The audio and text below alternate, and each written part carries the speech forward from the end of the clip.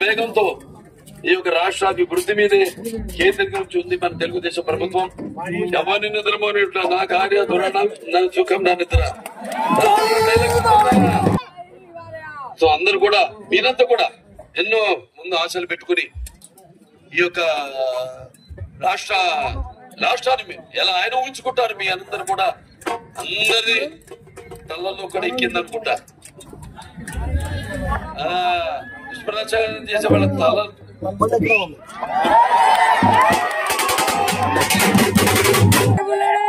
జ్ఞాన సంపదలో బ్రాహ్మణున్న ఐశ్వర్య మంచిగా బాలని మంచి చేతులు తిరిగే మాదిగని కష్టాన్ని నమ్ముకున్న కమ్మరిని కొమ్మరిని కంసాలని రచ్చుకుంటే నాయ బ్రాహ్మణుని కలుగిత గాలి కల్మషంలోని యాదవుని ఆపదలాదుకునే వెలబడి వ్యక్తిత్వం రాజుని అమనం అనిపించే కమ్మని పౌరుషంలో రెడ్డిని భుజబలంలో కాపుని అంటుంటా నేను. అది అంటుంటేనే నా వెంట్రుకలు నిక్కపడుచుకుంటాయి అనలేరు ఎవరు. ఇక్కడి నుంచి వస్తుంది రాబీలోంచి ఇక్కడి నుంచి కూడా అనలేని వాడు ఉన్నారు.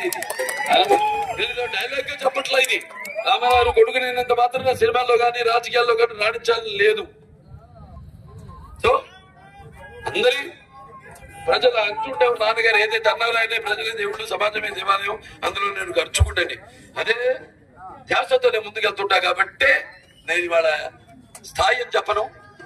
ఆయన విగ్రహావిష్కరణలో స్థాయిల గురించి ఎవడం మాట్లాడటానికి తమ్ములేదు. నా అభిమానులు మీరందరూ కూడా ఎన్నో సాంఘిక సంక్షేమ కార్యక్రమాల్లో మీరు కూడా పాల్గొంటున్నారు.